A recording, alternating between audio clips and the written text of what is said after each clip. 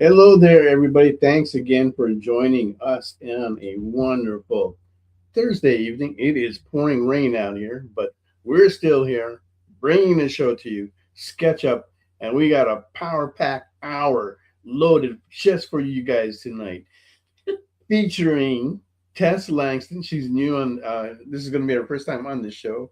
We'll be reviewing her campaign, which is being published by Oneshi Press with our old friends Jayel Draco. Right, so he's on the show as well. And in the supporting, we also have Ryan Shaw, who's here, and he's an artist out from Texas. We'll be hearing about his current art projects and so forth, and we'll be looking at his art as well. Right, so that's something forward that we'll be looking forward to as well. Plus, we have returning back with us is Chris Ehnot and Erwin Papa, who will be joining on the art auction. So you can look forward to some fantastic pieces. Molly will be working on a pirate domino. Chris is working on magic. And the rest you will hear about shortly, right after this short break. So don't go away.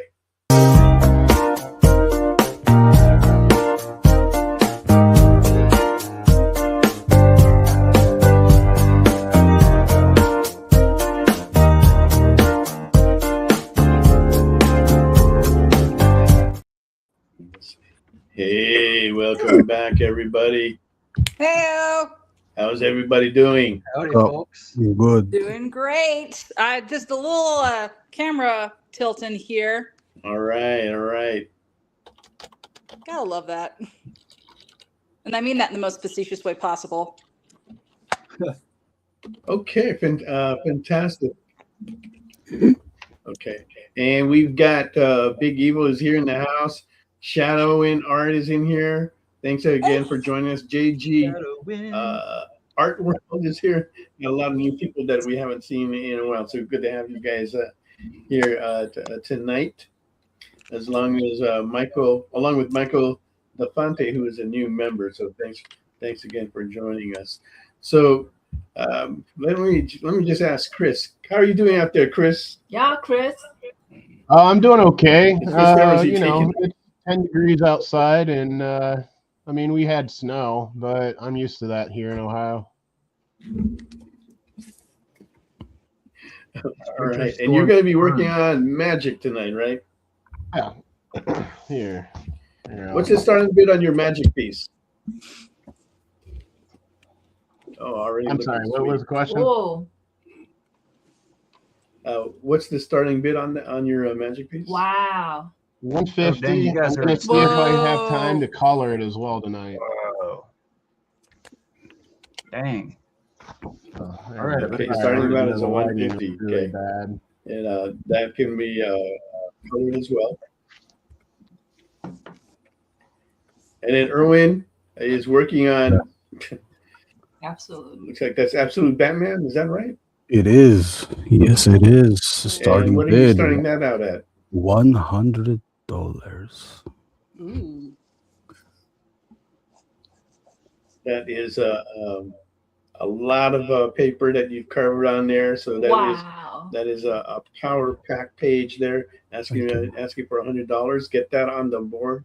Place a bid on that easily. If you can do that on the comments, just type in the piece that you'd like and your bid. Okay, we take them in increments of $5, so you can continue to bid on and on until the end of the show.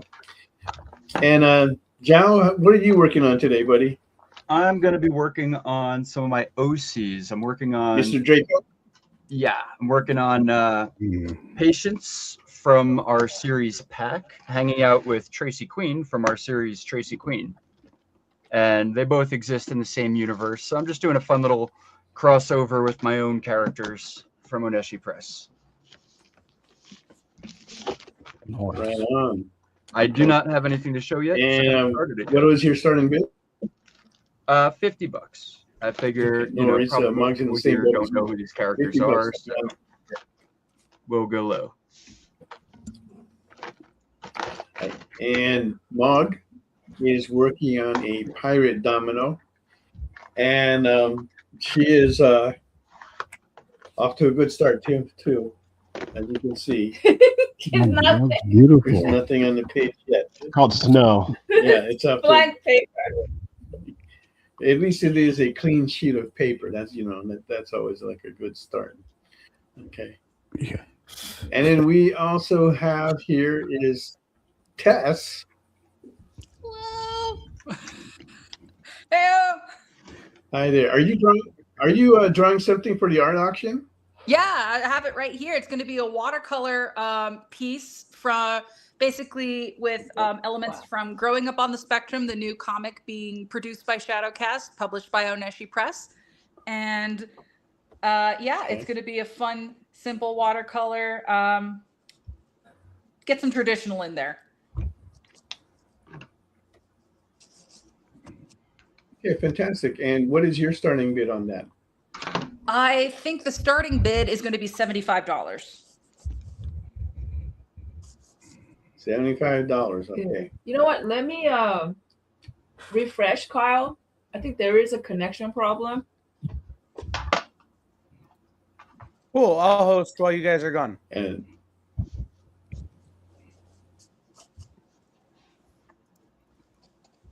All right. So while they refresh their page so that Mel can hear y'all, I think I will probably just ask some questions. Like, It's good. Tess, okay, we're good.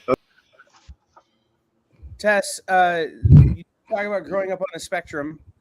We've had a whole bunch of stuff here in the last few days on the experience about how shops can be more inclusive. As a creator, how can comic creation be more inclusive?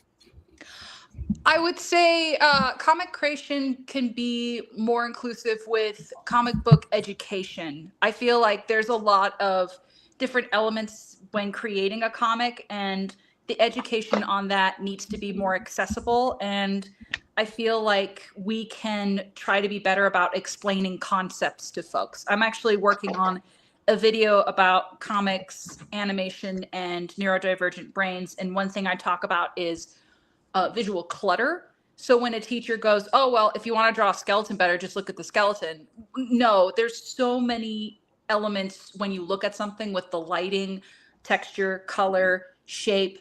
If you want, you have to break those down for folk. So, and I feel like that's the same for writing. I feel like that's the same for pretty much everything else. Just break down elements and concepts. We just need to find better ways to do that. Very cool. Everybody else, as you've come up in comics, how have you seen the industry change? How have you seen things get better or more inclusive as your own sort of different abilities have manifested?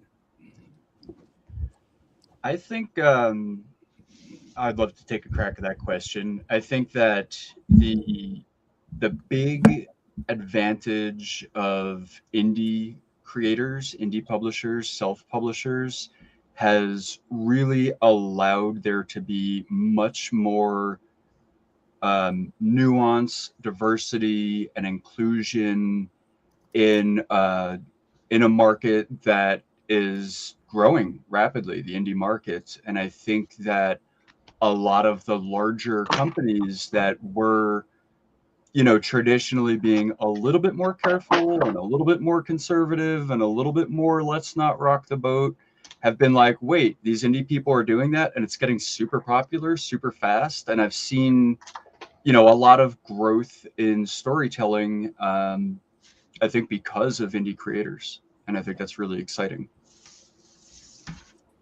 Very cool. I think Mel and Mog are back now. I can still see the lag on Mel's arm, but we're going to give it a shot. Only Mel's arm is lagging? No, I can see every time he goes up to take a drink or a bite, I can see the arm lag. So we'll see if he's all right. All right. How do I sound, though? Am I coming out okay? Yeah, much better. You sound good to me. Okay. I have seen the increase of awareness, not just in comics, but even at the cons and the shows. They have there's panels that have that are around that topic. We've even had other guests on the show, maybe not centered on the subject, but it's definitely been brought up. There are creators out there that do have to deal with it and work with it. And And it's great to see them succeed in what they do and be able to share that, because it's not always something that's easily talked about, especially by them. Guys like our friend Nathan out of Phoenix and Alvin, who we just had recently, who's an established creator who has worked for Marvel and gone on to produce his thing. So I think the awareness is being brought up and being shared and spoken about. So it was an honor when we got approached to bring Tess on, and I said, "Hey, sure, why not?" But now it's something that we can like center on, whereas the other times it's something more of a side subject that was brought up. So now we've come like full centered on it. So yeah, we're happy to do that. And so let's talk about this project. Tess, tell us, is this currently running on Kickstarter? It is, yes. We are on day 20 of our kick. Well, we have 20 days to go. We're on day 10, if I'm doing my math correctly. But we launched it last week. It is currently up. We just hit one of the stretch goals for an audiobook for it. So it's becoming more and more accessible. Nice. Fantastic. Now, did it come off with a slow start? How did you get this going out there? Did you do any pre-marketing or research to help you along? I mean, I've been looking at how to try and get my work out there for a long time with other projects, for sure. And I've been learning a lot from Lynsey and Jayel about marketing yourself online, as well as other resources. But really, I was going to try and do this project myself, and I approached them and asked, "Hey, how do you think that I should do this?" Because I wanted to publish this book for a long time. And actually, I had written to dozens and dozens of writing editors. Oh, no, writing agents. That's who they were. Writing agents. This was during the pandemic. I wrote to a bunch of writing agents. I tried looking at self-publishing companies in town. And this was 2019. And none of them got back to me. No one was really doing anything. So I decided, okay, I will do this myself. I will kickstart this myself. I don't care what it takes. I just need to get this out there. And Lynsey and Jayel were thankfully so on board with this project. And we've been teaming up on that. And of course, the biggest thing is I will not shut up about this project on social media. So that is a big key in talking about this. So it was a slow start, and it was a long production, because I started this, I believe, in I started doing the research in 2018 and got the pages done this last year. So honestly, everyone that didn't get back to you, it's their loss. Are you doing this entirely on your own? Yes. Or do you have other? So you're doing the whole thing, the writing, the art, and everything. Yes. Is all on you. Okay. Powerhouse. And how many pages did you say it is? 190 right now. I have a few extra pages that had to get cut out, so a little more than that. But we've hit another goal, so I'm going to be adding a couple more pages. And what is your initial? What do you call that? God, I forgot. How much do they have to initially back to get into this project of yours? I mean, the lowest amount that you can pledge, I think, isn't it $5, Jayel? 16 to get the digital. Okay. But you can pledge $1. I mean, you just won't get anything. Right. That's just to support the project, right? Right. If you want but the lowest amount to get the book. Yeah, I mean, $16 for a 190-page book is. I know that's really, really low. That you're practically giving it away. Now, if they wanted a physical copy, what are we talking about? $29? Yeah, you're still giving it away. And you get the digital, and you get your name in the book and on the website, and we plant a tree for every backer. Yeah, you're giving them about like double because for $30, you can expect to get probably like about like 60 pages or so, but you're going to double that. So that's a really great deal to have going on there. So tell us about the story that you So have in this here. So the story is basically this is a Autism 101 book with guides and basic language of the diagnosis, and it's from my point of view, being diagnosed pretty early as a kid. I was diagnosed when I was like 3 or 4 years old, and I was diagnosed technically as infantile autism. And so just growing up with a lot of my parents and everyone trying to figure out how to help me communicate, and different resources that I've heard of and tried, and what other people have told me about. I have talked to a couple of parents, and I've grown up with people likewise on the spectrum around me, and teachers, and I have a few friends who are also teachers who gave me some good resources. And so, yeah.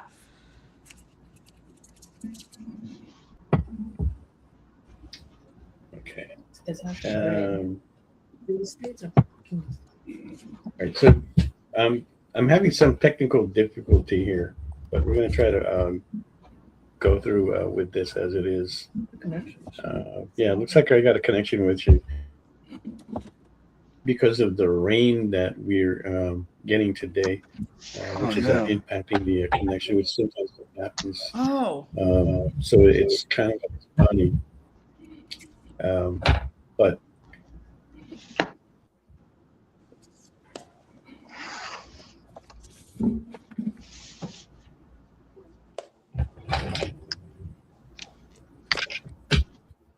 Lady Gaga, stop making it rain so much.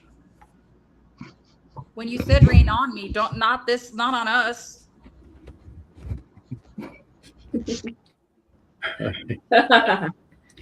even though it seemed like we were kind of frozen there a bit, but I did hear that. It's just kind of weird. Lady Gaga, please. Please, Lady Gaga.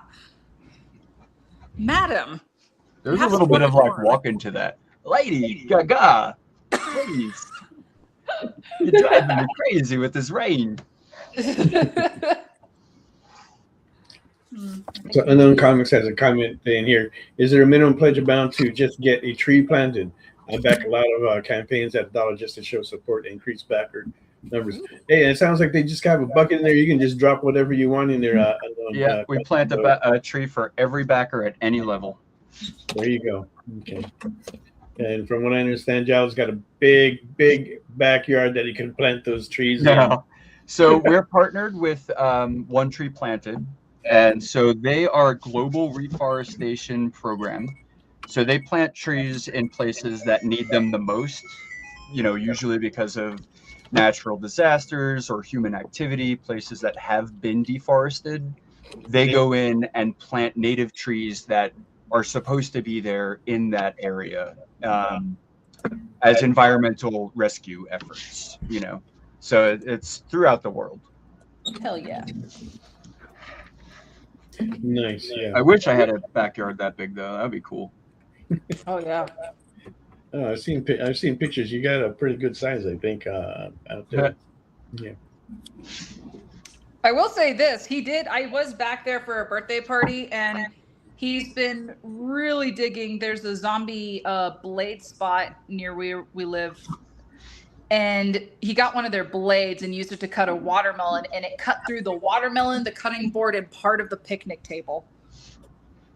And I was going light, trying not to scratch the cutting board. Yeah. What the heck? Yeah, Ilya, we already have a bid on the Batman at 100, so we need a higher one there. Okay, there you go, 150 from Ilya on the Batman. So thank you for that. Thank you, Ilya. We got a bid going on there already. Bid war. So let's get back on this.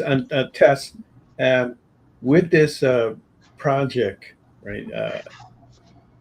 did you still have to do a lot of research to get it together in how you Yes. wanted to? Yes, I did. Because you I grew up with this already, mhm. and it sounds like you were in this getting this information early on. Whereas somebody like me, I had to be educated, right? I had to be told what the terminology is and exactly how this impacts a person, how they think, how they function. So starting from scratch, this was all new to me. It's not something. It was also kind of hard for me to accept because going through school, you might notice things from the other students and stuff, and think, oh, okay, that's just how they are, and we'll work around it. We didn't really give it the special consideration that we do now. Um, the attitudes, the knowledge has all changed, and so for something like me, it was all new to find out about. But how about for you? I had to I wanted extra information because I was lucky enough to have been diagnosed early, but because it was early, there was incomplete information from professionals. They had said a lot of things like, oh, well, your daughter's never going to have an imagination. Your daughter's never going to have friends outside the autism community. Your daughter is never going to hold down a job and all this other stuff. So there was a lot of misinformation about autism at the time because it only was starting to get diagnosed in the 40s, I believe. And even 50 years later, there was still a lot of stereotyping around it. So I was learning along with my parents and the professionals around me. And even after all that, I wanted to learn more about the spectrum in general because I'm only one point of view. And I wanted good, basic, overall, general information for this as a starting point for folks. Okay, yeah, and I think it is a starting point for like a lot of people. But it is interesting how this is getting looked at across the board. There was we were watching a series on Netflix, and Mark can help me with this, but I think it was called Dating on the Spectrum. Oh, Yeah. yeah. Yeah, Yeah. and it was just interesting to see how they communicate and how they went about doing like their courtship and stuff. Some of them had help, some of them were okay, and so yeah, to see their perspective, how different it is from what we would consider normal, right? So in that sense, in your story, is there um, something that you shed light, or are there areas that you shed light on that you feel we as the public don't know about too well? I want to say that's the whole book of talking about the ins and out of how the brain works, the neurological rewiring that is going on, how it affects, I think, people on both sides.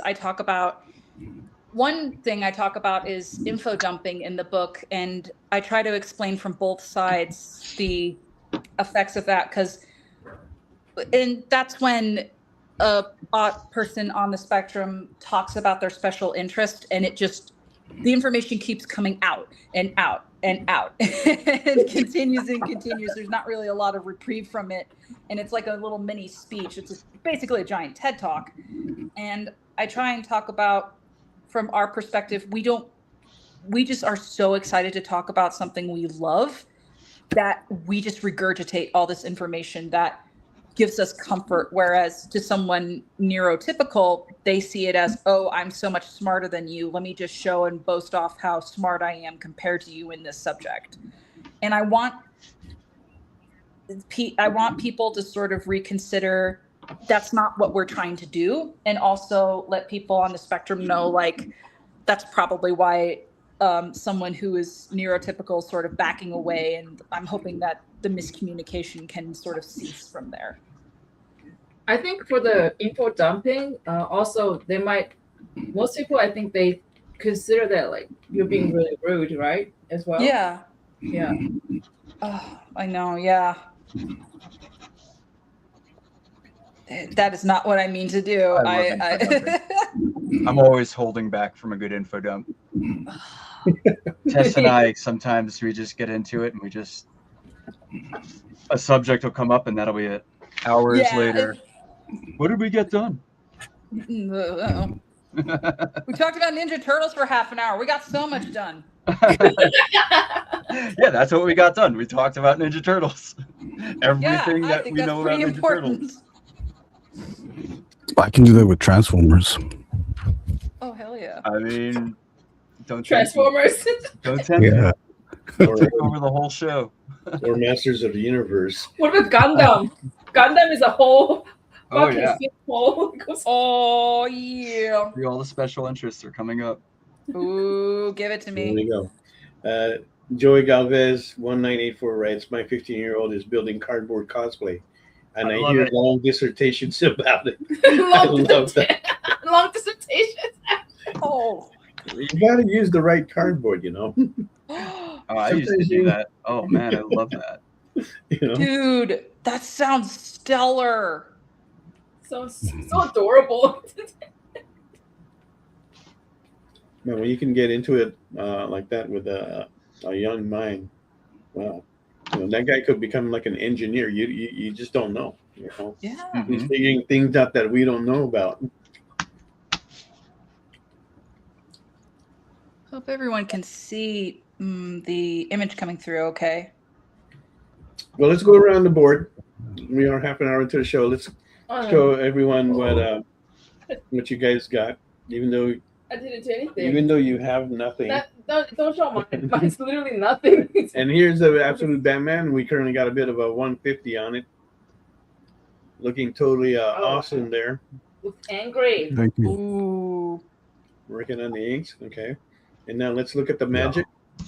We are looking for a bit of 150 on that. Ooh. Look at that. Wow. Strike a pose right there, buddy. And you can strike your I bid. can't do boring. Can't be boring. All right, and we are looking for a bid on that for at $100. And let's look at Mr. Draco's piece. What he has so far. All right. I just started this when we started stream. I didn't realize that it was okay to start ahead of time, but I didn't know that either. Okay, look at that, and look how much he's done already. Nice. All right. All right. If no one bids on it, though, I'll be happy to keep it because I'm liking the way this is coming out. Looking for a bid of $50 on that. Compare that to Mog, who started at the same time. Hey, why are you showing nothing? Now she is looking for a bit of 150 on that, so you can go ahead and place that in the comments if that's what you would like to do. Put her on the board. And now let's take a look at Tessa's watercolor piece here. We're getting ready to. Whoa. Jayel, I didn't know we could start early either. And yet you guys have got a lot done on there. Okay. Oh, thank you. Multitask. Okay. Awesome. And looking at what was your asking starting bid? Was that 50 as well? 75. 75 on there. There you go. Okay. All right. So there you have it. Batman has a bid of 150. Everything else is looking for a starting bid. So Let's go. go ahead. Come Let's on. put those in the comments. Get it going there. Bid's going. Now, kids, this was watercolor where you could not control Z. So let's rock and roll. If nothing else, this is for great entertainment value on the bloopers. There you go. And next we go. Okay, just reading some of the comments here. All right. There you go. All right. Should we take a break? No. No? So, Tess, what is Mom there? always wants a break. No matter where I see her at a con, she's always off getting coffee. Thank you. Chris, Thank you, that's Chris. a lie. He's the one who's always on a break at the con. But, you know, and why I not? never leave a booth. I see her walk by my booth all the time. And why shouldn't I be taking a break? I'm not the artist. Yeah, she had all day. I'm just Be there ready, to for support. God's sake. Set up, break down. I'm just a muscle. Oh, you ready to throw hands?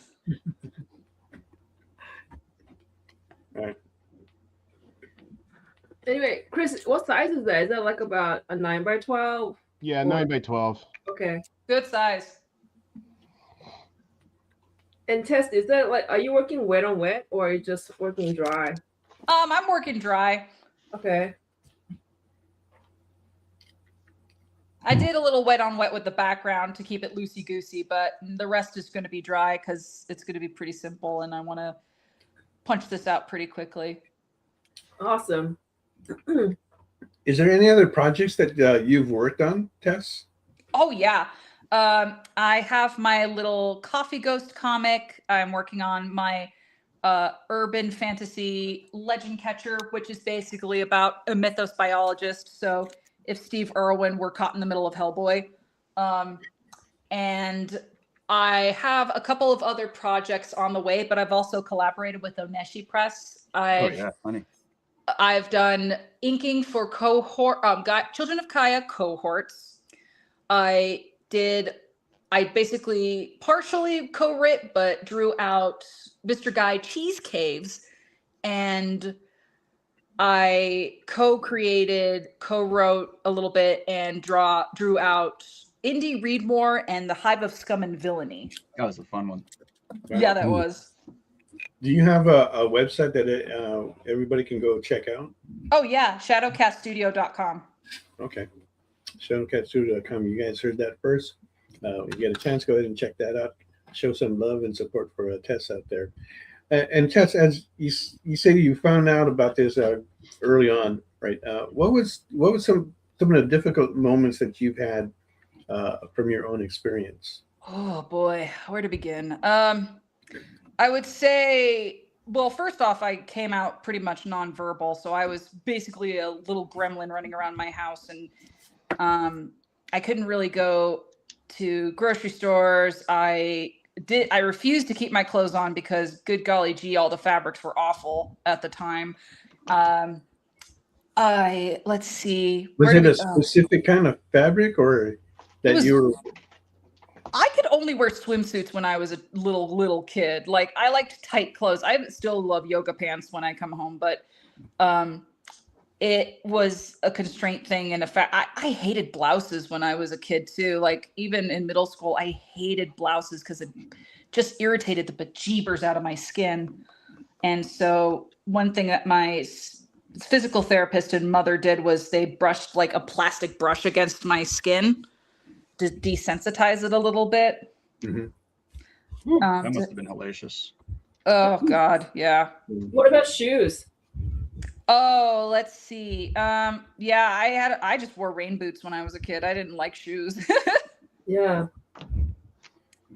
But No, I didn't like corduroy, and I had to wear those in like a 3rd and 4th grade, and my mom was making me wear them because they're nice and thick.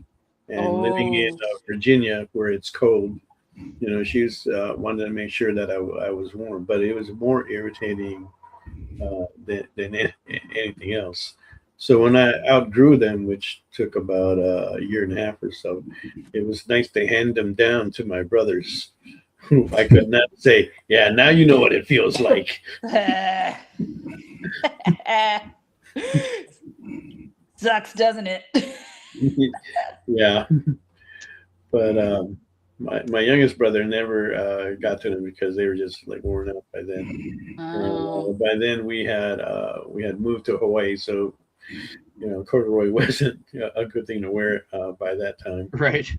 Yeah. Well, not unless you wanted to go to the coral reefs, if you wanted to do some diving and underwater stuff. Diving in corduroy. Yeah. How fun would that be? Sounds like a prog rock band name. Yeah. I am a diver, so I know that would not be fun. No. But there was the physical stuff, and then the communicative stuff, like I feel like, yeah, a lot of us kids got bullied. And of course, Were trying to you figure out- bullied? Were you Oh, bullied? yeah.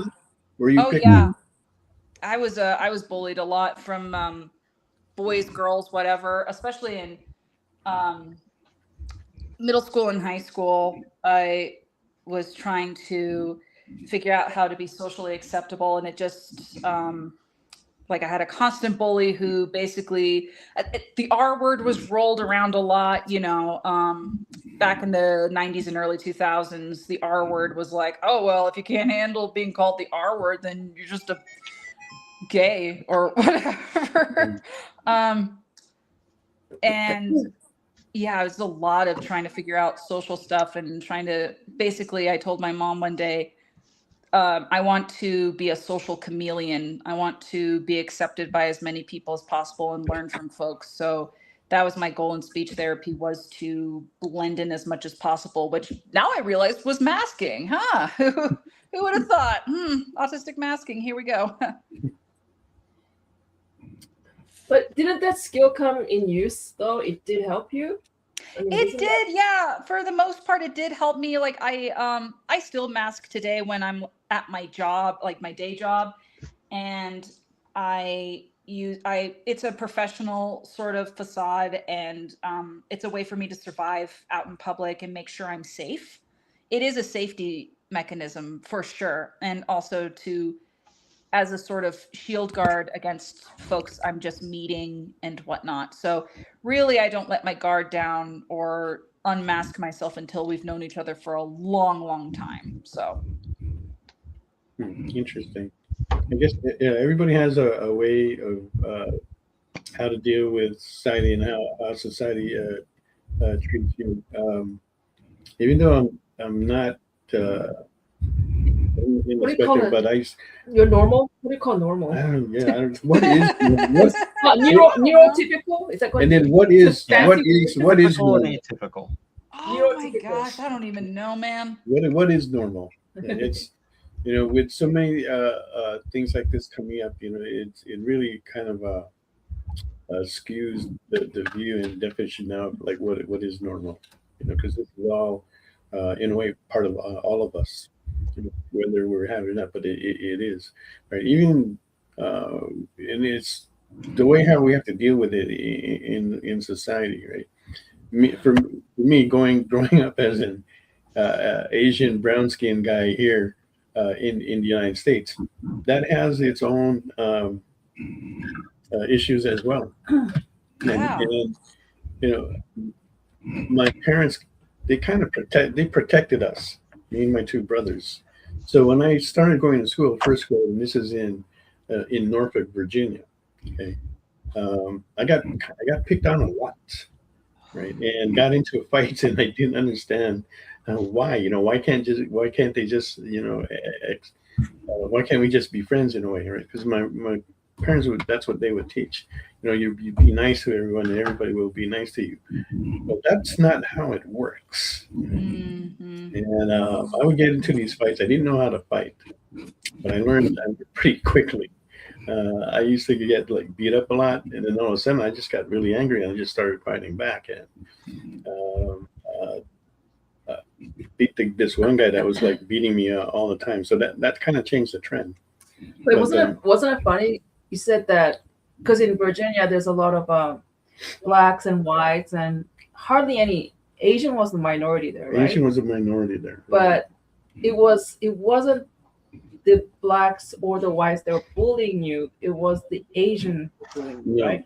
No. What? Oh my God. What? No. It was actually the whites that were. Okay, it was the whites that were bullying you. But you were that's trying with the blacks and. Yeah, they I don't know. Yeah, I became friends with a lot of colored guys. I mean, I had friends on both.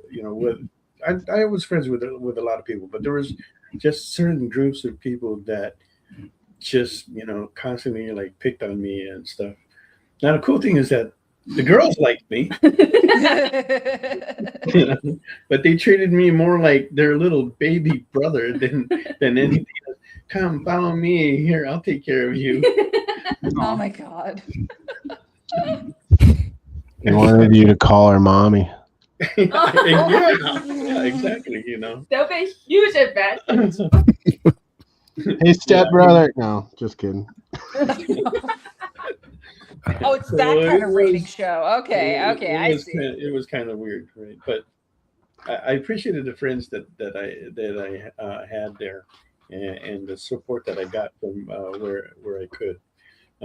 But it was just difficult that way, right? And then you think in the fourth grade, my dad. I come from a military family. My dad got transferred to Hawaii, right? So we're thinking, oh, Hawaii, right? There's a lot of Asians there. You're not going to experience anything like this there. Wrong. Okay. Things happen there too. Yep. Yeah. So, but that's not what this is about. But, and what I'm saying is that society treats us, when they see something different, right, that they don't consider it the norm, they're going to pick on it. Oh yeah. Well, that's exactly what happened with me for a while. oh yeah. Anything that they sniff out as abnormal, they're gonna just get after. Even high masking folks, there's always going to be something like an uncanny valleyness that still get picked on. Like I was pretty high masking in high school and middle school, and I still got picked on pretty fiercely, and I still struggle to try and keep genuine friendships. So it was really tough. Yeah. Right. I'm surprised your parents didn't try to homeschool you.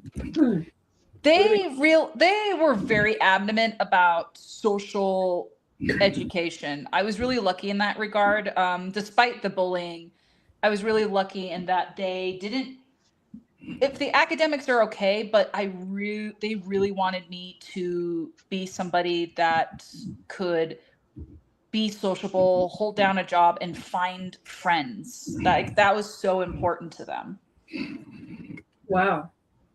So on the hindsight, even though it was like torture for you to go to school, what they did was good then. Do you agree? Or it was really, they were fierce advocates. That's the major thing right there, is that my parents were fierce advocates. And I see this with not all, but a lot of parents with neurodiverse kids, is that they really have to fight school administration for accommodations and trying to tell them like, hey, this one kid keeps picking on my kid and I'm going to need you to do something about it. Like the teachers and principals would be like, oh shit, here comes Lisa and Mike. And really have to explain themselves when shit hit the fan in that regard. So it's a lot of fighting. That's the thing. Mm-hmm. Abstract Creates 5239 writes this. My parents tried to homeschool me until they also got irritated with me and sent me back to public school. Oh. With homeschooling, I feel like you have to be like very either personality-wise very regimental, very disciplined, or extremely patient. You got to be either or both. Which is very rare in a person. But there is a lot of homeschooling going around. Yeah, so I think some of they're gonna have to like learn along the way on like how to provide effective homeschooling. Erwin, with you, have you experienced anything along these lines, or were you just badass all the way through? I just tuned it all out. No, I think I got bullied as a kid. I think everybody gets bullied as a kid. Yeah, it was always, I don't know, just try to ignore it, try to fight it. I never really got into fights. I was too scared that I would get beat up. But yeah, I just put up with it. And then, just with my other classmates and friends, we formed a group where we would also look out for each other. The bullies would get called out. And now I'm also wondering too. It's like the cases where people are getting bullied. I wonder if it's like a majority is because of situations like this where people were deemed as different, so you would pick on them. I wonder if like that was the case, if that was mostly the case. From what I see, yeah, I believe that is like a big factor, and some of it are just they could just see somebody is weak, and some of these guys just want to exert power. You pick up the weakest that you see out there, and I saw that. it's just a way to make an example out of you and show that they're the stronger, right? Which is actually when we look at it now as adults, is a really weak move. Yeah, that's terms of insecurity. Like you need somebody lower than you to be the top dog, right? To make you feel good about yourself, to make you feel stronger, That's because insecure. they have nothing else to stand on. Yeah. Right. Mm-hmm. And when that gets taken away from them, then they feel they fall into a hole of depression, trying to find their worth and value. It doesn't seem to work that way. It's all part of growing up and how we see ourselves within society and the group, and where we stand, and how we climb to the top, so that we can be socially acceptable, or respected, or whatever it is that individual is going for. I don't want to sound like that I'm a psychologist. These are just my own observations that I've seen like that throughout my life, and how I looked at it. But don't take it that I'm the doctor here. I'm not. I don't. Is there a doctor around here? I'm not a doctor. I know that for sure. Yeah, but you are shedding light on the topic, on the spectrum. So, and that's what we're here for. But I'm almost like being almost kind of like a sounding board, trying to bounce like what you have to share and what I have to share from my own experience, and how we deal with it as an individual and as a group. Oh, hell yeah. This is the best way to do it. Incidentally, I think every fight I've ever been in was because someone was being a bully or a bigot, and I just couldn't keep my mouth shut. I had zero tolerance for that. I've done that too. Yeah. What, since you were young, you just knew this is wrong, and then something inside you exploded like a volcano? Because I didn't know I was neurodivergent, but I always knew I was weird and different. And when I saw people getting picked on for being weird and different, I took offense to it, and I knew how to fight. And if I knew they didn't know how to fight, it just seemed like, well, that person can't fight, and you're making fun of them for something that's also true about me. And I can fight, so now it's your problem, Oh, like you actually physically fought with them? Oh yeah, I've had my nose broken plenty. I've broken plenty of noses. I mean, I've been in plenty of fights. Okay, so it's like not in a long time, like not in like 30 years, But last weekend. Yeah, just last night actually. Oh, last night. Oh. He fought me at a Denny's parking lot because he called huckleberries mountain blueberries. Oh my god! Dear Lord. Oh, See, you guys know about this? You know the offense of Is that. everyone in on this? Yes, Jayel, because you're wrong. Huckleberries are delicious, and you're just and you being an ignorant are New you Yorker. saying blueberries are not delicious?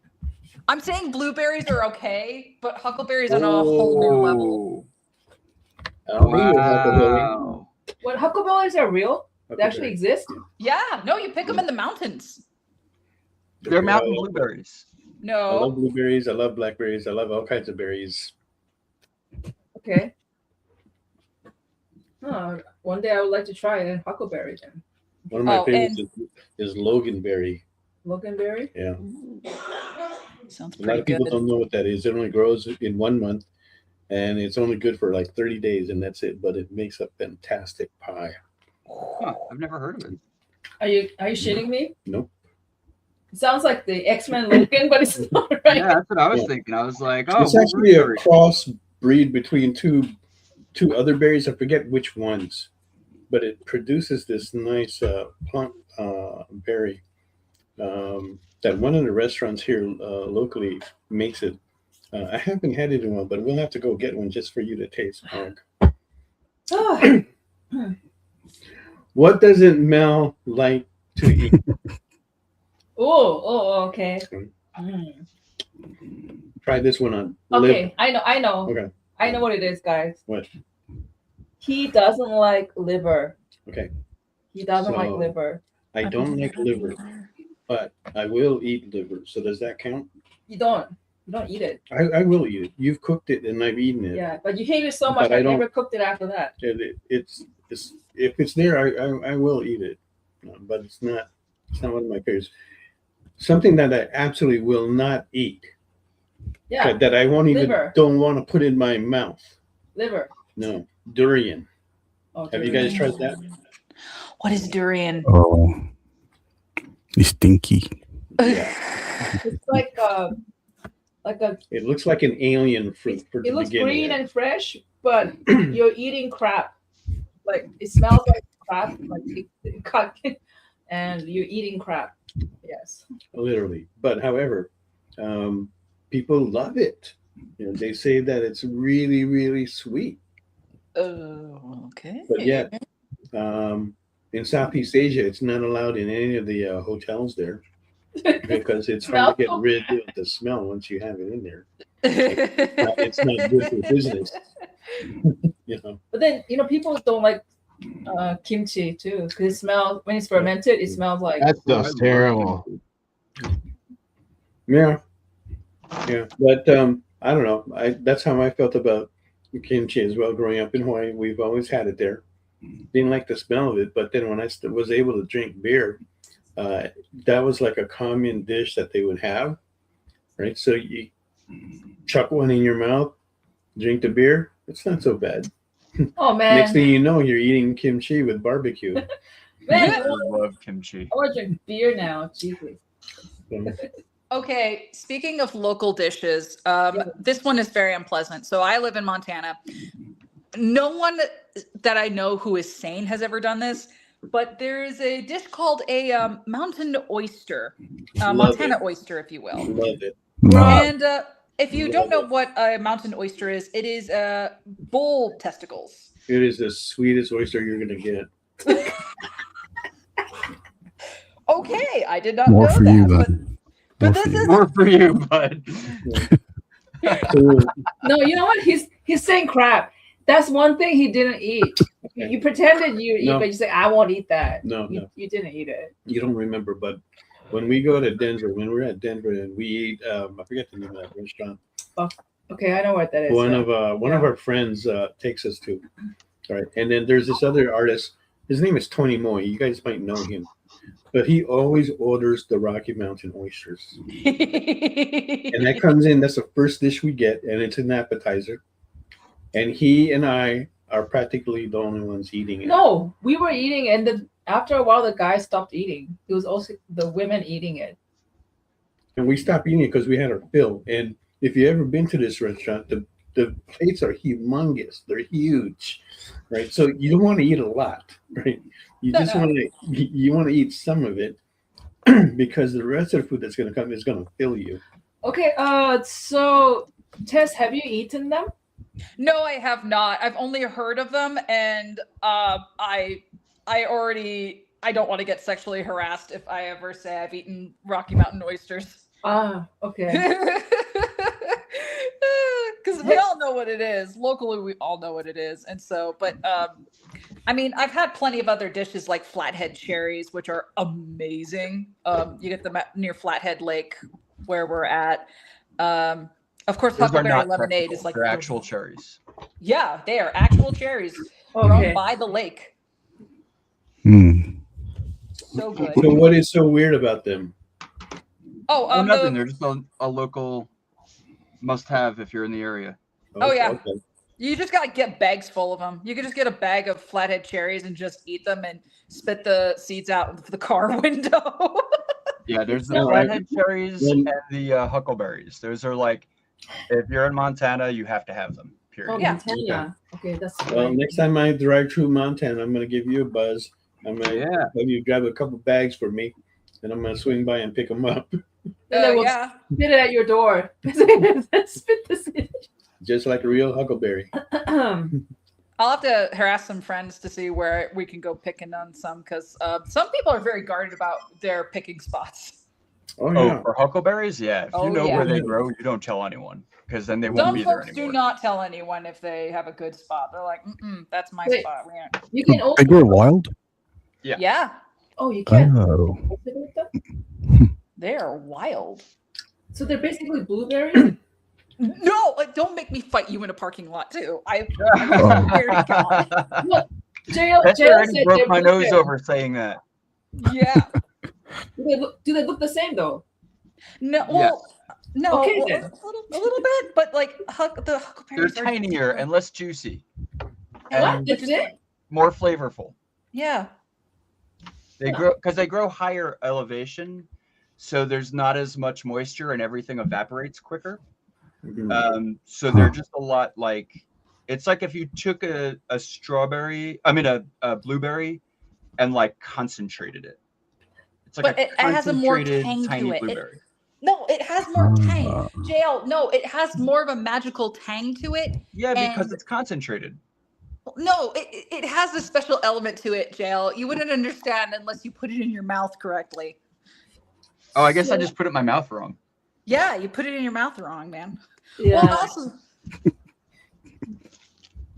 Not gonna touch that. Yeah, I'm not gonna touch that. that. But so it's like More for me. wild strawberries. Wild strawberries are smaller, but yeah, they're yeah. much tangier and sour. Mhm. Yeah. Maybe it's like that. Yeah, it's like that. Yeah. Like if you're lucky enough to be here in California, they have a hybrid that's called a Concord grape, and it's just like a jelly grape, really sweet, Like a blueberry. juicy. Oh my God, it's delicious. Yeah. And it grows up for a very, very short time during the summer. It was created up north in I forget where it was. Someplace up north. I think, Montana. no. It was here in California, right? But you rarely see it. But there was a couple of times where we actually had it down here at a very special market that we go to. And when I saw that, I grabbed some and then we ate it. And then I went back and bought as much as I could. It's very They were so seasonal. good. Very, very seasonal. And only for a very short time. Those are good to put in your mouth, Oh, yes. especially if you love grape, like I do. You remind me of those painting of the Greek. Do you know the god Bacchus? Yeah. Oh, yeah. The grape is reclining. It's Yeah. totally reclining. Yeah, that could be me. Oh wow! The that's height so of cool. luxury. Yeah, that's Has Wow, anyone you here did ever that tried? really. Oh, You by the did way, that really quick, Tess. I'm really a impressed. couple of my coworkers. Yeah. friends Thank of you. mine- That was fast. That's fine. Mog does watercolor, and And, she's not fast like that. He's like, Yeah. "I saw your husband was an artist, so I decided to look at his art." Very nice. And And once again, we are looking for a bid on that. Awesome. We're starting at $75. If you're going to place a bid on that, go ahead and do so in the comments. And if you haven't yet, hit that follow button so that we can go ahead and increase our fellowship here in the experience, and we can continue to bring you these wonderful shows like ours and Nick Barucci's The Original Art Show every Fridays at 7 p.m. that he draws you all the time. There you go. Got my Are we card. supposed to be done already? I No, really should have started before the show. Thank you. and that's fine. No, we got no doubt. I'm in the same boat as you, Jayel. I thought, oh, hey, I'm not supposed to get ready until the show proper. Yeah, I thought that would be cheating, and then everyone else is like already has finished sketches, and I'm like, oh man, Oh, shoot. oh but But here's the thing. Well, technically, only 2 of them cheated. All Yeah. 3 of us did not cheat. So Okay. we're good guys. All right. That tells you who the professional artists are and who are not. Okay. Professionals tend to cheat more. No. We're the pure-hearted. Darn right I do. Now, here the thing is though, you don't have to finish it on the show. You don't have to start it before the show or anything like that. All right, so it's fine. Okay. All we ask is that you get it done shortly after the show. Oh, hell yeah. Complete the transaction within a couple weeks. So you guys are like totally fine. Okay. oh, I mean, I'll be done tonight. I just don't know if you guys are sticking around long enough for me to be done on the show. Yeah. And, all right, so we looked at Tess. Let's look at the Batman looks so good. let's look at the Batman. Thank you. That currently has a bid of 150 on it. Oh, hell. Whoever looking for the next bid. Ooh. Batman. God dang. Look at his thighs. Woo! Ooh, he does not skip leg day. Ooh! Tree trunk. No. Yeah. You do not want to fight him in a Denny's parking lot. Tell you what. No, no, not over huckleberries. Yeah, No. Not the over spikes. Huckleberries. The spikes That alone man- is enough to scare you. That man eats his Mountain Rocky oysters like no tomorrow. Yeah, he probably eats them in a bowl with milk like cereal. And he eats it with durian. Ew, gross. No one's gonna want to come near him. That's like shield in itself. That's That's what what he has Part in of his his belt. combat That's what it's right there. There's the durian. There's the oyster. There's the berries. he's got them all. All right, let's take a look at the Chris's magic here. Oh, Let us. All right, hold on. Look at that. That was I cool. was trying to tape it up so I can start coloring. I like how you make the sword big because I've seen it lately. Magic, they make the swords like skinny and No. tiny. She has You 7 have- foot sword. I draw Be it 7 flaming. foot. It's going to be a flaming Oh, sword. flaming sword. We'll see. It's not a sword. A glowing sword, lightsaber sword. I don't know because I don't have the reference next to me, so this may go poorly. Kind of has that Michael Turner, well, not Michael Turner, Campbell Field to it. Well, Doesn't- Turner would be the person I worked under. Okay. I mean, Campbell. You could. I mean, they all came around the same time. The same time, yeah. Wow, so you actually worked under Michael Turner? I didn't We know did that. backgrounds for him. Was this when he was with Image? Yeah. Okay. Hmm. I didn't know that. What was his personality? Like, did you like him? Was he easy to work with, or was he like totally Um, hardcore? Like, Probably Maybe. still to this day the nicest person I'll ever meet. Wow. wow. He was. Probably the most humble. Like I was at a, for example, I was at a. I mean, here's a good example of how Michael was. So after 4 rounds of chemotherapy, he was at a convention, high as a kite, because he just had it in the hotel room. And he came over and did a sketch session and did sketch commissions for people until 10 p.m. at night. So the show ended, and then he moved everything into the lobby of the hotel. And he was completely in pain. He just finished chemotherapy earlier that morning. Wow. He was a different kind of person. That's awesome. Yeah, if you saw him at the shows like San Diego, and the line of people that he had was impressive. But just listening to him talk, he's very easygoing, easy to get to know, and he did enjoy talking and telling his stories and whatnot. I heard a story. One of his friends were like in the hospital at the deathbed, and he said even until he was dying, there were lines out there, fans with the books or something, so he can sign it. And it got so avaricious and it just was so disgusting for the friend. So the friends just stood up and said, "You guys get the fuck out. Leave this man in peace." Because it's just so kind of rude, right? Hey, I know you're dying, but can you sign one more like that? Oh no. But Michael just said, no, let them in. Yeah. And he signed them all. He was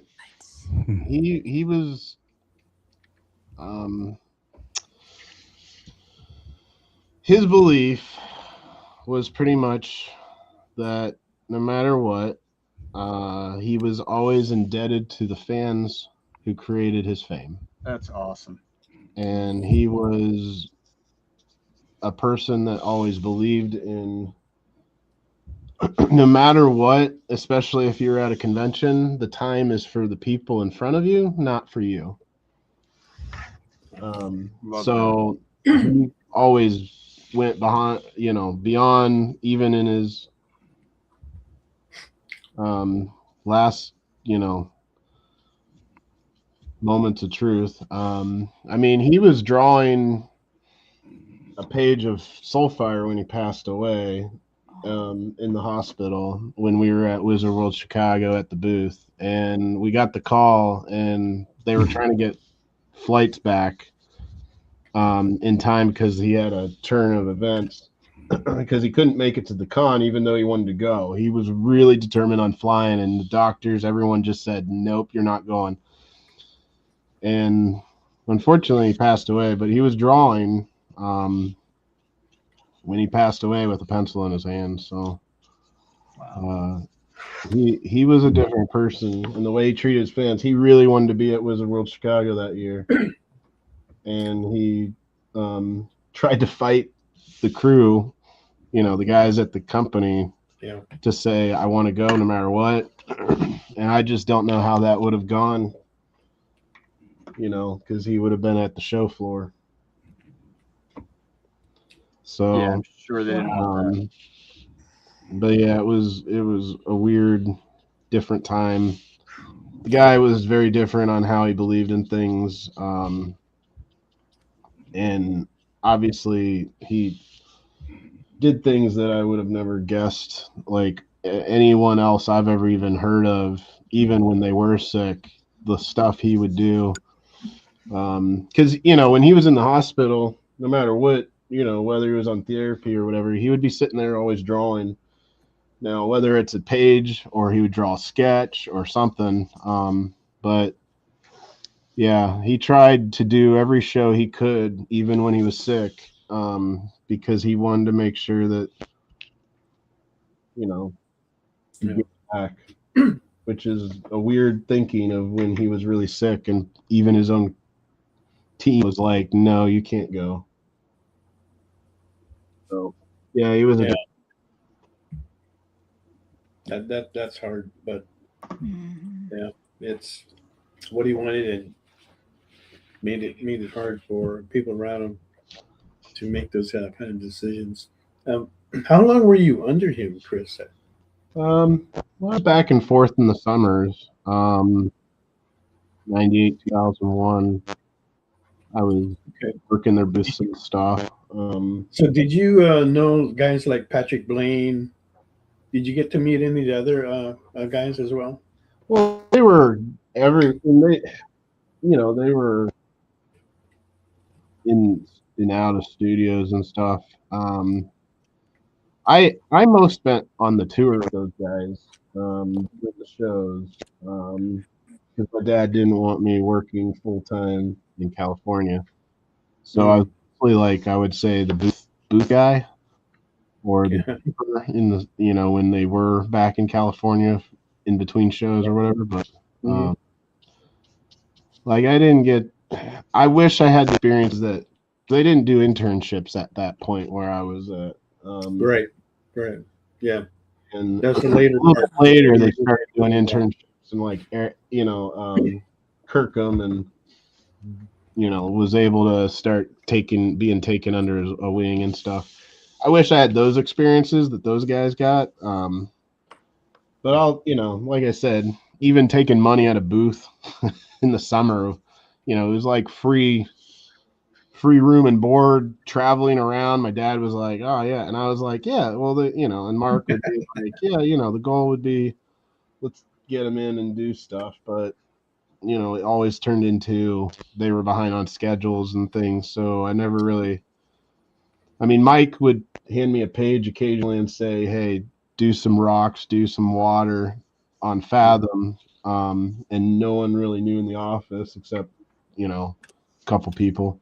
Because Mark would have never allowed that. But Mike always believed in trying to help other people out. And then after they left Top Cow, he kept up with me and emailed me regularly, checking in on me going to college and stuff, and would ask me, I know you're busy, and kind of, hey, I want you to, even though you could do amazing rocks and trees and buildings, keep working on anatomy. So he would send me like what I would call my own private tutorial of. He'd be like, "Hey, draw 50 hands next time you email me, and then I'll let you know what's wrong or what you have to improve." So he did that a lot in the 5 years of college. I heard that from several artists that he would do tell them to do that and then critique them and stuff. So it was a great way. Yeah. I think it was an amazing offer, and I took him. I definitely took him up every chance I had the time to do it. So.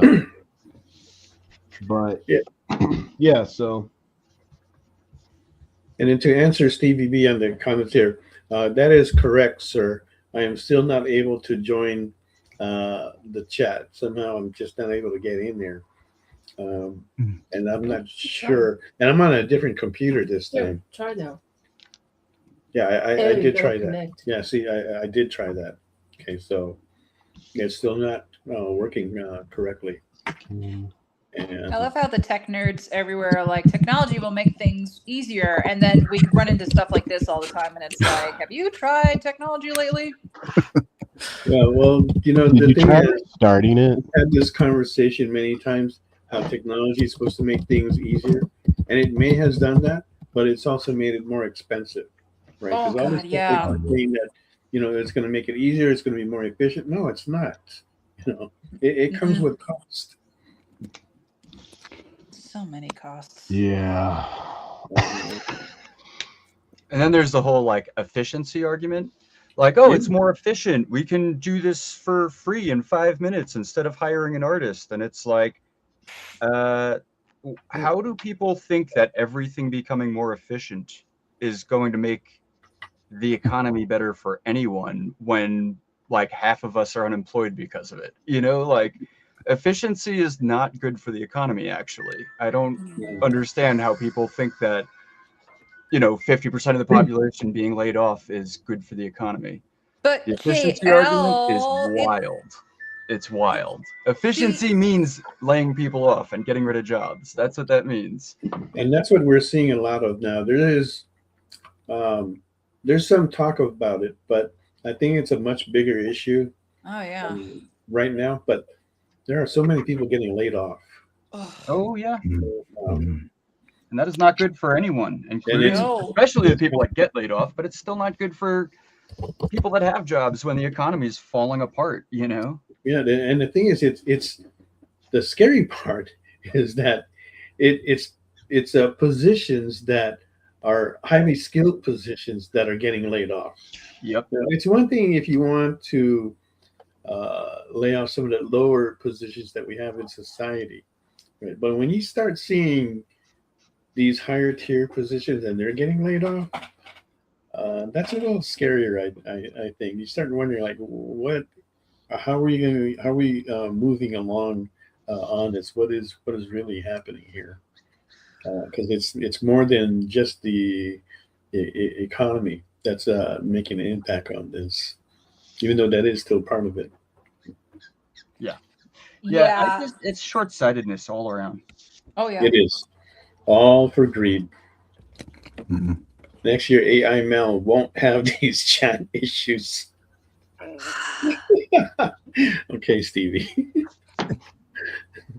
Actually, I think Mel's already AI. You said his arm was lagging. That was just the rendering processor overheating, Look at that movement there. It's lagging. Uncanny Valley. Oh, I've been there. Coming back from the Uncanny Valley. Okay. Looks like I'm back in the chat. AI Mel will get banned for letting Mog talk about Mad Cow again. The thing is, I don't even remember about Mad Cow, but Kyle remembers, so I'm actually curious what was it really about. But it was gross. Kyle gross? Kyle is yes, you had very detailed discussions about mad cow disease Yes.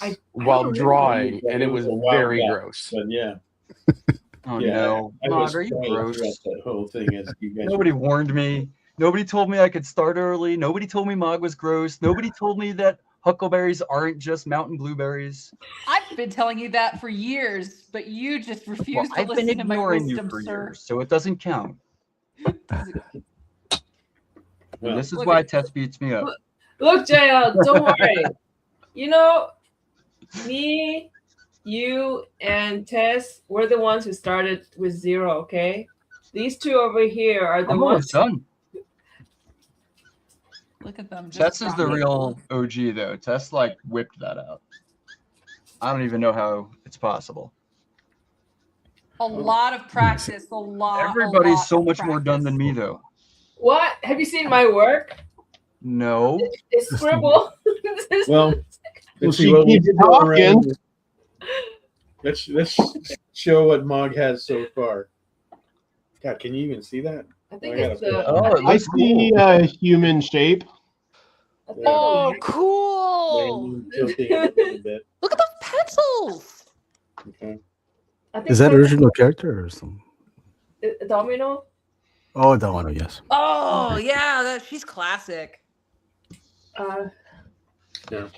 Anyway, so that's Pirate Marvel Domino. Domino? Looking for a bid of 150 on that. Yeah. So, and I see that Chris has got the yellow in that. I know the yellow looks so nice. Has made that really pop now. What is that? Is that Naples yellow? Ooh. What did you mix it with? I do like a watercolor effect with Copic markers by adding 91% alcohol. Oh, yeah. So I put that in a 91. little bin. I make it like a watercolor effect, and then I can use brushes. Wow. Nice. But you know, I tried that before, and doesn't it ruin your brush? The Well, you got to clean it with alcohol. you Anyway, clean it with alcohol? yeah. Oh. That's why he's got the liquor cabinet. Ew. Okay. I mean, they'll never be pure white, but you know, it still works. Everybody knows you don't put Rocky Mountain oysters in milk. You put them in whiskey. That's breakfast of champions. Let me tell you. Let me tell you something. Let me tell you something. Let me tell you something. Tell me. I'm dying to know.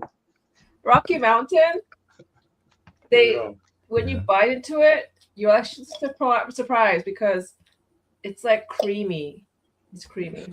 Mm. Why? Because it's Why? Because it's filled with. golf balls. Yes, of course it's gonna Mog, be creamy. no. It really is. Oh, It's creamy. Let's go to break. Can we go to break? Out of left field, my part. No, seriously, you guys, next time try it. All It's right, like- roll You commercial. bite into it, it's like, huh? Like it's like a cream. You know, like, I don't know how to. Yes. Okay, I'll take your word for it. But if someone takes a shot, if I ever try Rocky Mountain oysters, they take a picture of me, and if someone says, "Look at Tessa's money shot," I'm gonna be so mad. That's good. Very good. I'm gonna be so furious. That's the money Okay. shot. Stevie B writes the first 100 proof drawing on the show.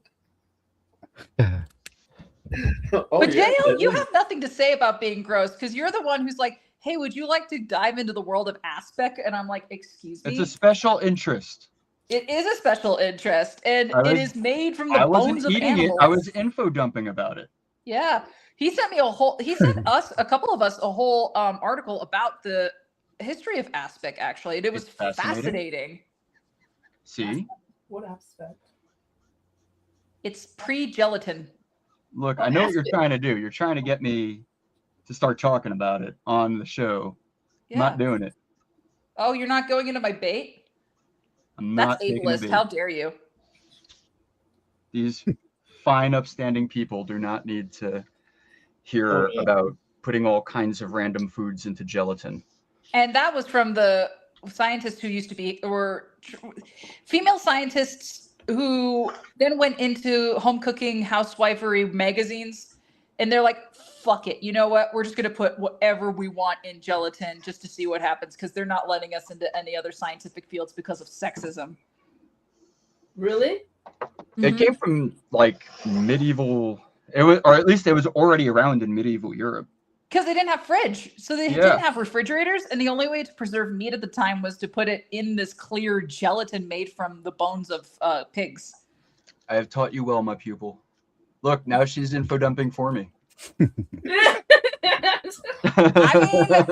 mean, it's so weird. Biologically, it's so fascinatingly weird. I'm actually very fascinated right now, but I think most people don't want to hear it.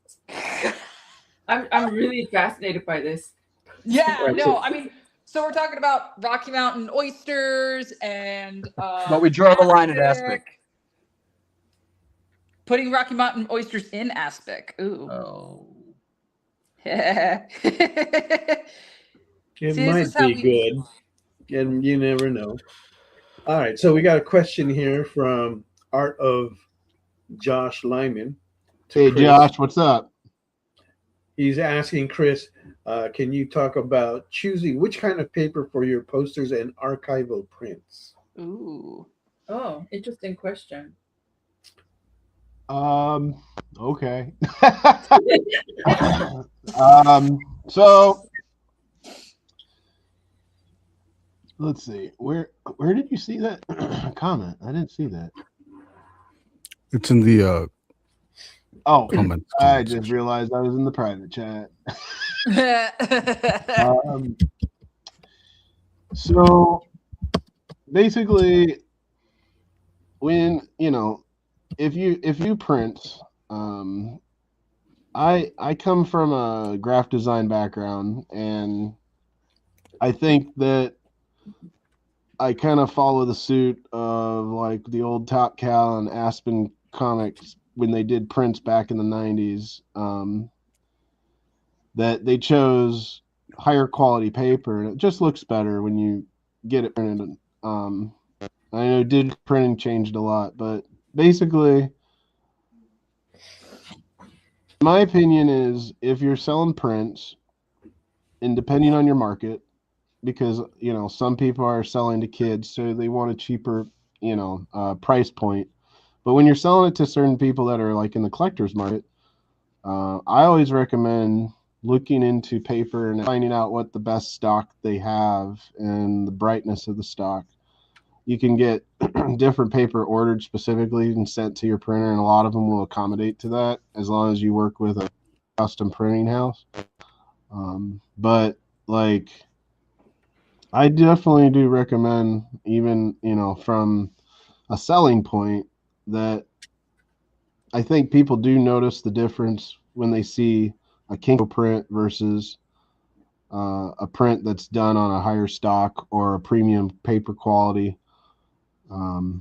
So like what he was referring to is, like, I print my stuff on a brand of paper stock called Cougar paper, and it's a little bit more expensive than most paper that you can find, but it's 140-pound paper stock, so it's hard to roll. So you have to ship it flat. But it just comes out really nice. It's very bright white. But yeah, I generally, sorry, my voice is a little shot from yelling at the kids all day.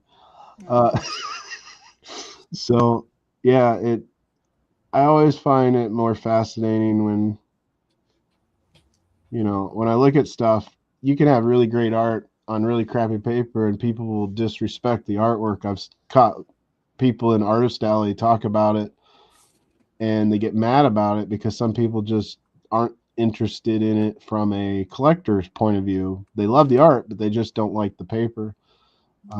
I think depending on your clients, like who you market yourself towards, makes a big difference on how you can present yourself. And I try to tell people at shows, when they ask advice, I don't just willy-nilly just tell them, hey, you're not doing it very well. But I think that there are people who have asked me, oh, I'm trying to do this, I'm not doing certain things right, is there any advice, what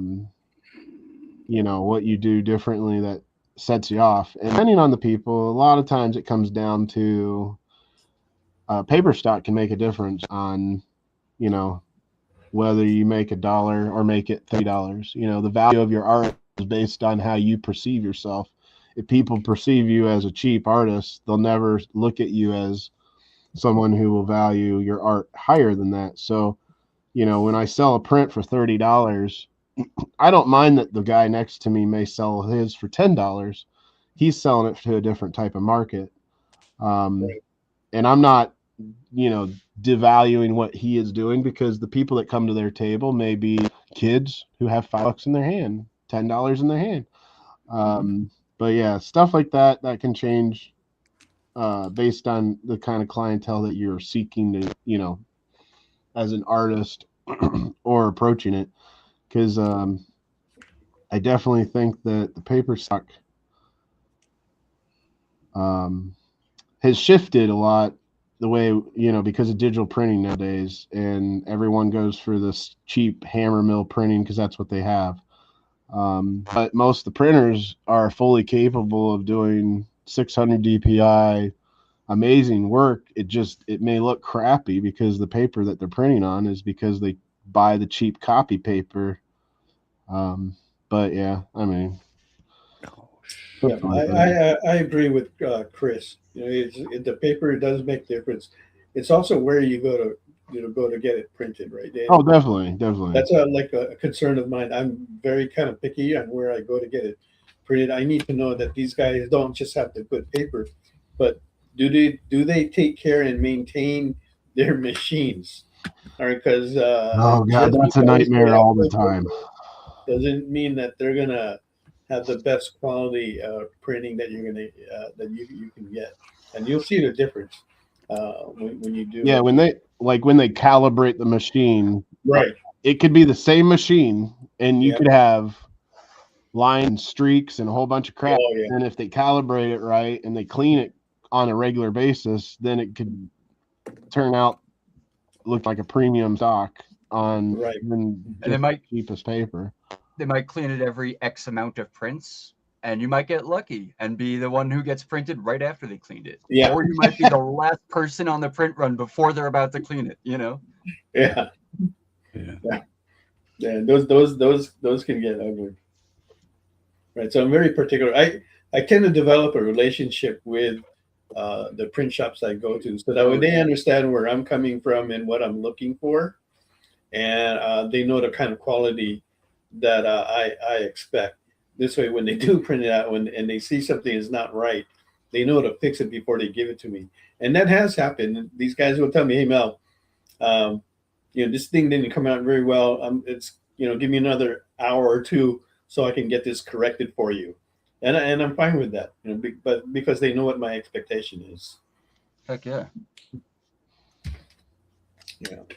But especially local guys like Kinko's and stuff like that won't care. But like if you have a great local printer, they'll take care of you, and they'll make sure they understand the difference. Because they're used to doing the stuff that's just churning it out for the common person. But sometimes they enjoy, the fact that it's a little challenging for them if it's something of uniqueness that they take pride in at their own company, because it's local printer guys. It's not like the big box guys. Exactly. Yeah. Big box guys don't care. They just want to get paid and get done, clock out. Exactly. And those are the kind of shops that I look for. They're the independent ones that are just operating on their own. It's a struggle for them to be in business, and they always want, those guys are going to be hungrier than the rest of the companies that are out there just trying to kick it out, just trying to get the job done and don't really care that much about the quality. Right. So yeah, you're right about that. And those are the ones that I look for. And it's funny because that people come here to where we're at and say, "Hey man, where do you get your stuff printed?" And then I send them over to where I go, and it might be like out of the way for them, but they're pretty happy with what they get. It may surprise you guys, but I use Alpha Graphics. Photographics? Okay. Alpha Graphics. They have sister companies in every city around the United States. They used to be a privately owned business long ago. I think the headquarters is actually in Utah. But they bought out our local guys, which is sad because, you know, they were retiring. And I was like, this sucks. But one thing I will say, depending on which place you go to, like the one I go to, they can like still print annual reports and things that are like really high caliber stuff. But even in the smaller shops that they bought out all these little guys, they started putting in these really expensive printers in there. And most of the time, people are just getting the simple crap done. But almost every printer in Alpha Graphics can print 13 by 19, 12 by 18 pretty easily. They can put out, you know, 1200 DPI, and most of the time they don't need to. So they lower the output for people because they're trying to save money on the toner.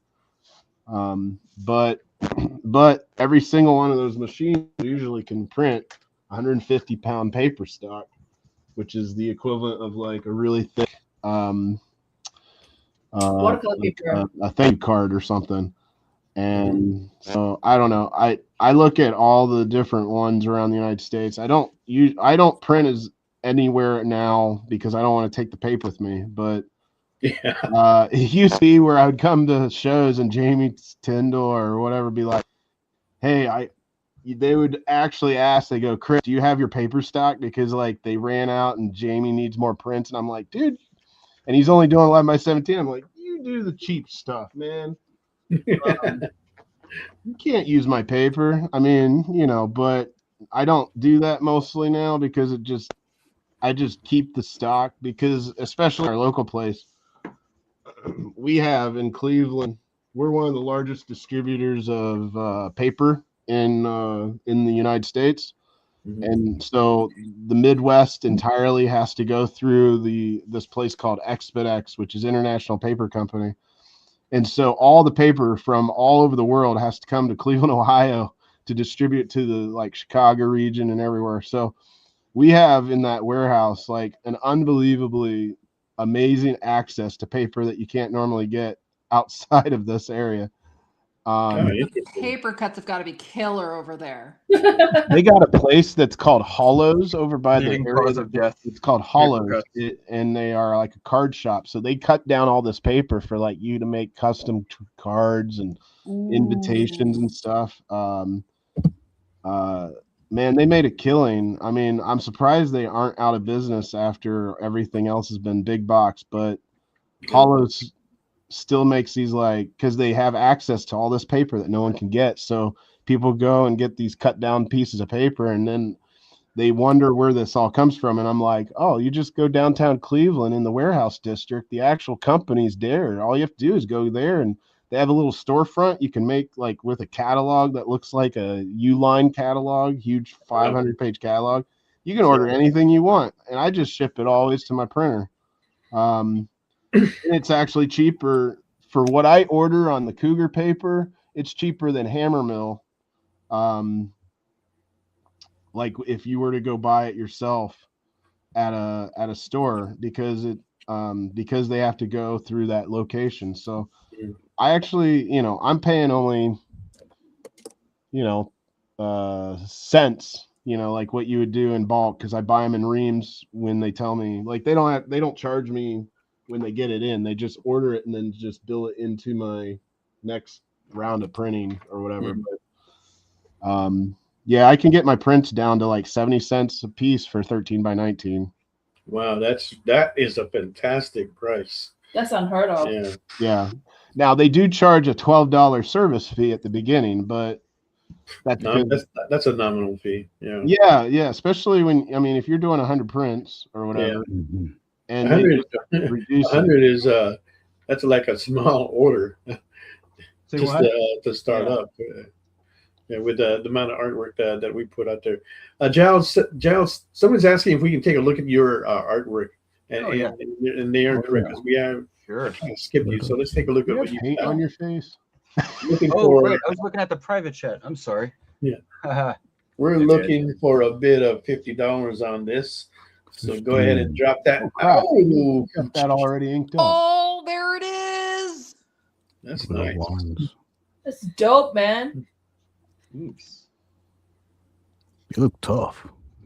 Yeah. There you go. Patience has got that dog in him. And what I mean by that is a whole pack of dogs that will rip your face off. Yeah.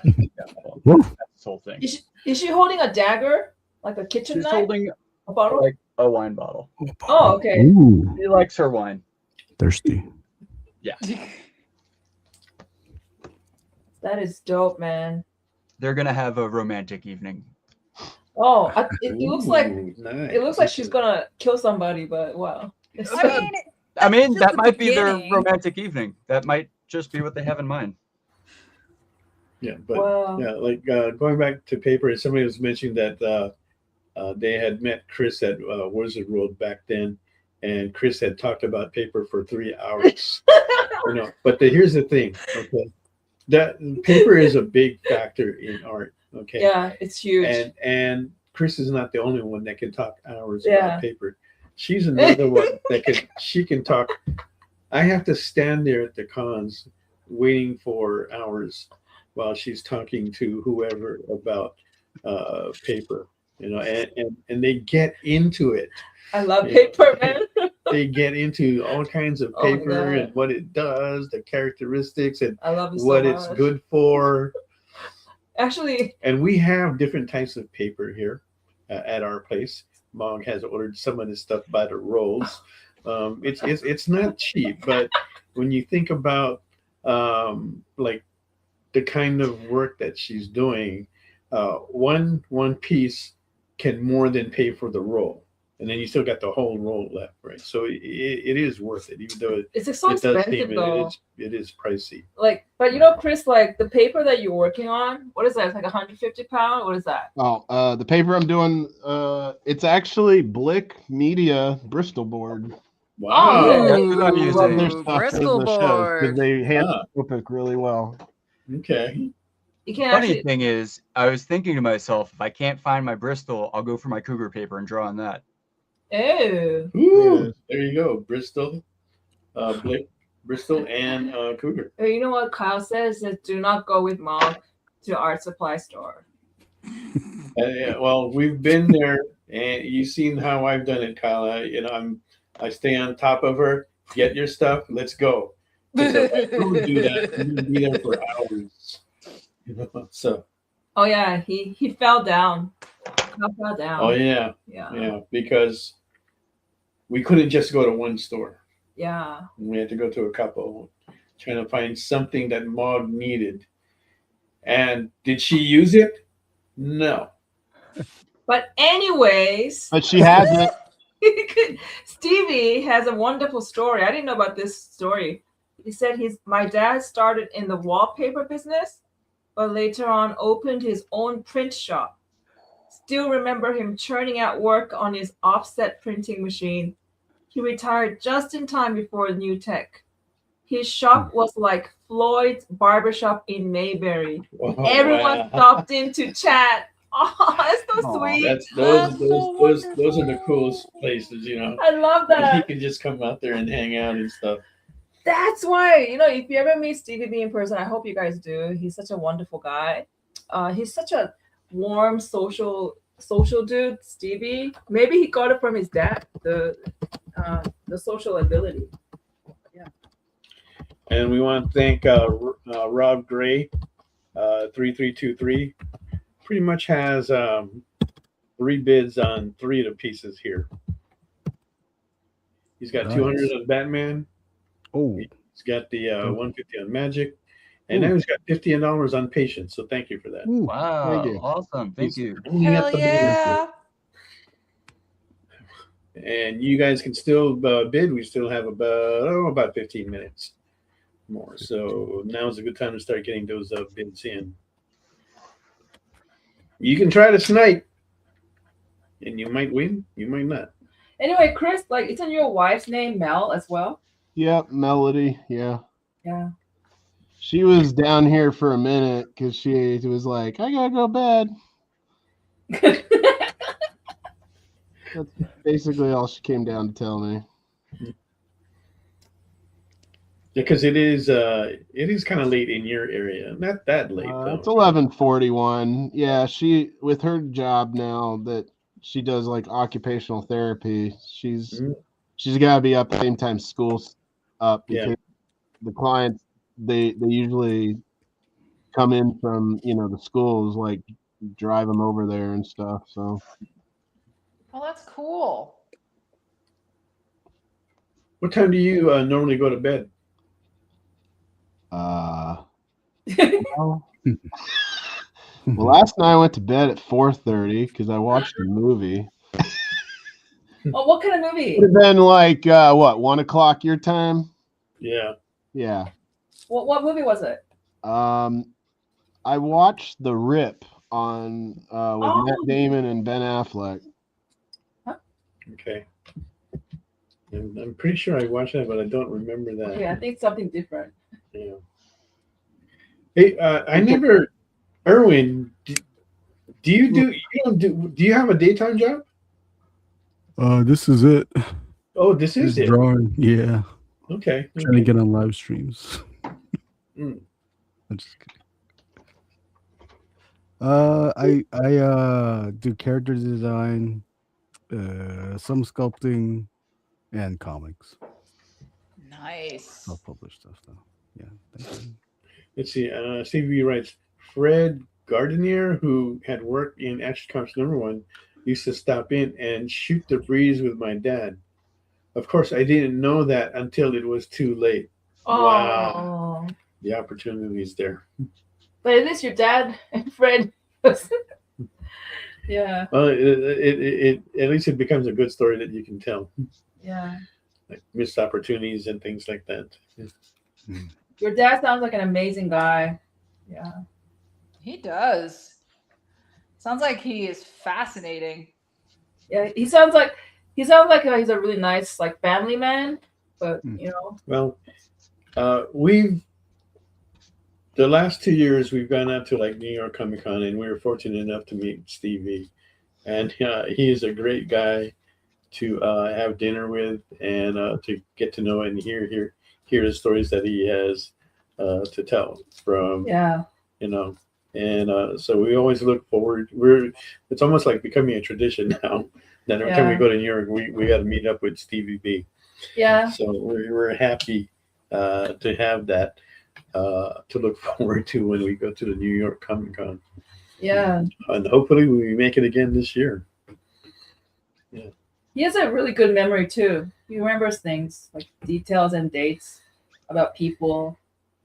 I bet he's a guy where you tell him like, "Oh, this is my birthday," and he'll remember your birthday and he'll give you presents, or at least he'll say "Happy Birthday" or something like that. That's a rare skill to have. Yeah, are you guys good with that? Like, birthdays, they're really hard. You could literally tell me my birthday 10 times in a row and ask me again what my birthday is 5 minutes later, and I'll be like, I have no idea. What are you talking I'm really bad with birthdays. I'm really bad with names too. Unless I see you every single day, they're gonna fall right out of my head.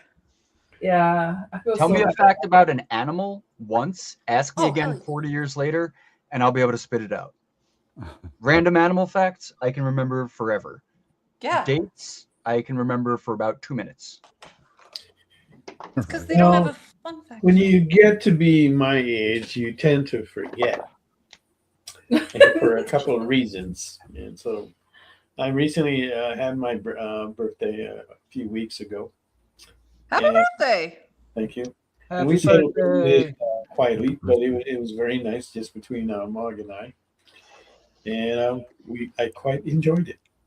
Nice. And, that's just how it is at my phase of life. And that's how I liked it. So I don't know if I'll ever have, again, one of these big woo-ha birthday parties that we've had before. But yeah, I'm just kind of like a quiet kind of guy now.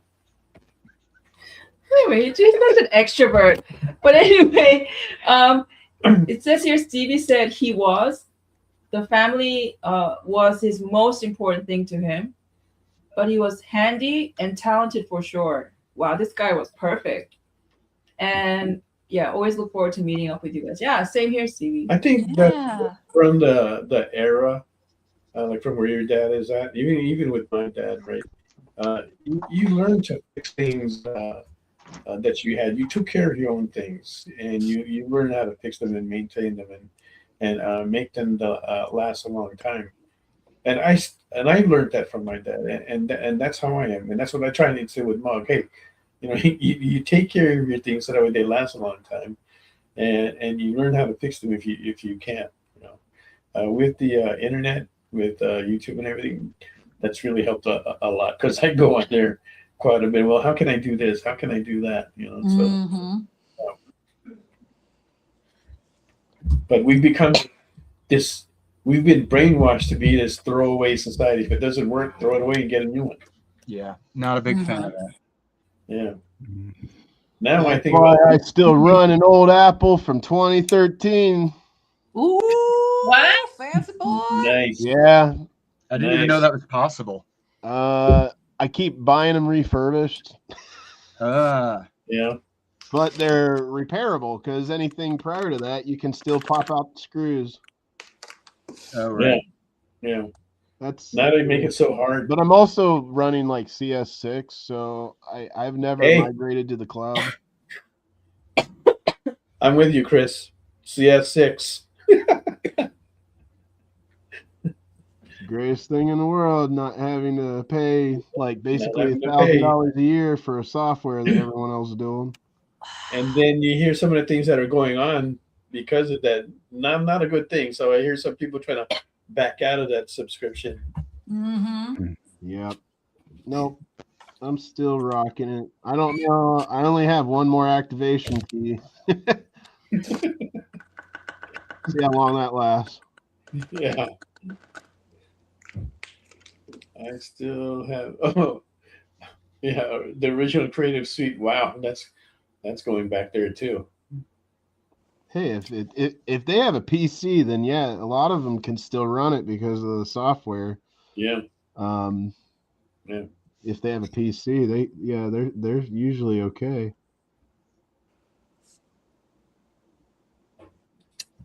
And I don't know if you see that on there, Jayel, Rob Ray's, he's mentioned that he may want to chat with you later about a saga commission. Oh yeah, awesome. Yeah, because when you look at that piece, it does have that saga feel to it. It's like all over it. Oh yeah. Very cool. That would definitely fit.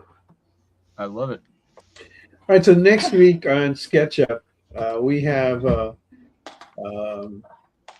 Christopher Meyer is returning back, and he's going to be talking about his new project that he's joined up with Jen Leonard. So we'll be having the two of them back, and we'll see what that project is about. I think it's called Supernatural Jinx.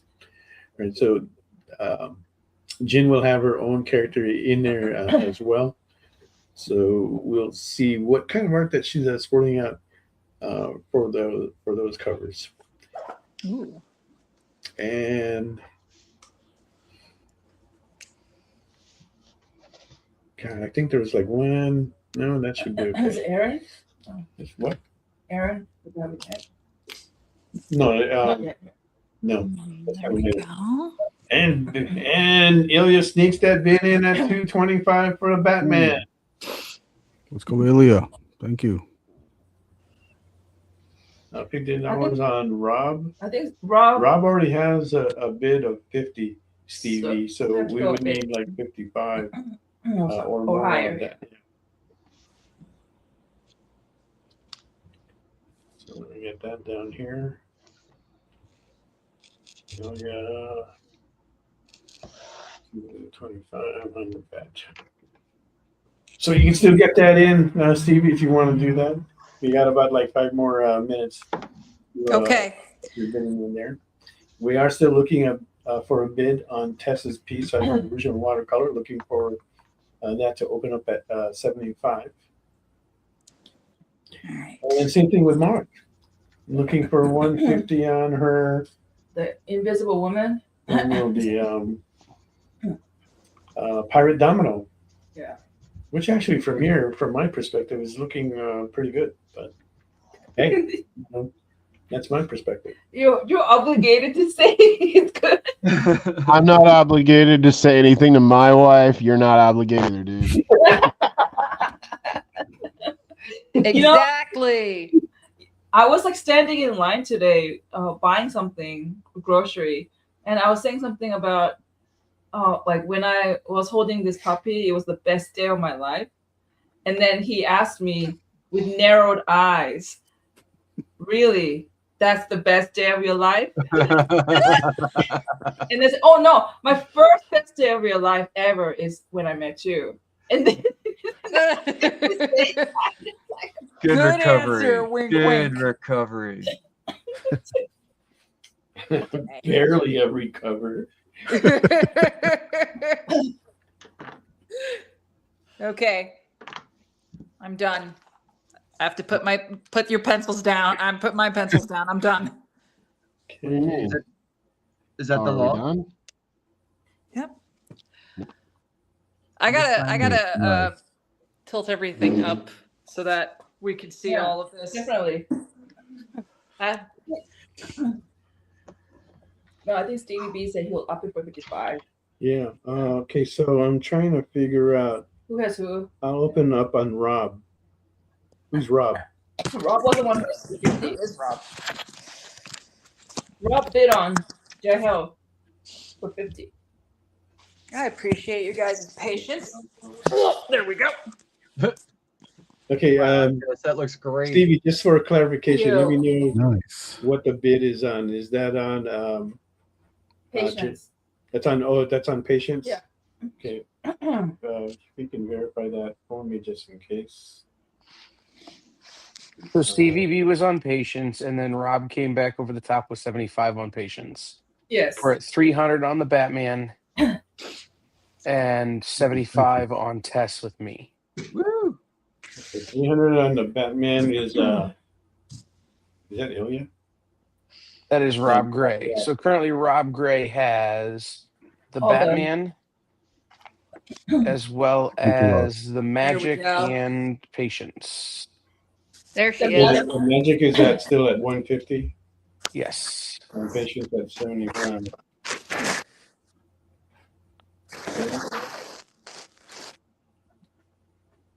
I can throw in a signed copy of Tracy Queen 1 and Pack 1, which is what these two characters are from. Ooh. Signed copies of the comics I illustrated, included with print, with the original. Wow. And the producer is placing a bid on Tess for 75. Interesting. Ooh. Uh-oh. Fantastic. It is signed and everything. Us kids on the spectrum got to stick together. Heck Oh, yeah. hell yeah. That's awesome. I love it. Are you really? These are all Yes. awesome. That Thank you. Batman and that Yeah. Magic are just It was- incredible. This was a good show. Good on. This is a great show. Are you kidding me? Mm-hmm. Well, thank you guys. I think they're obligated to say it because we're there. Kind of like Can we come back on? best day of Can my we life. come back on? Yeah, that's what's going on. All right. Well, I do want to thank you guys for coming on the show. Wait, do Jayel, we get to see Moggs? Erwin, Chris, Thank you. you too, Mog. And Yeah, I same saw thing with, Moggs. with Kyle. Okay. Yeah. But we are at the end of our time here. And once again, thank you all for coming. And if you have the time, please join us next week when we will bring you more of SketchUp and more of what some of the other shows might be coming up. We've got some a special lineup of shows that we're doing throughout the year. So if you haven't yet, hit that follow button so that way you can stay in the know on what is coming up with our show, along with other shows that we have here on The Experience. All right. And this will be my final sign off. Thanks again, guys, for joining us. See you all soon. Thank you.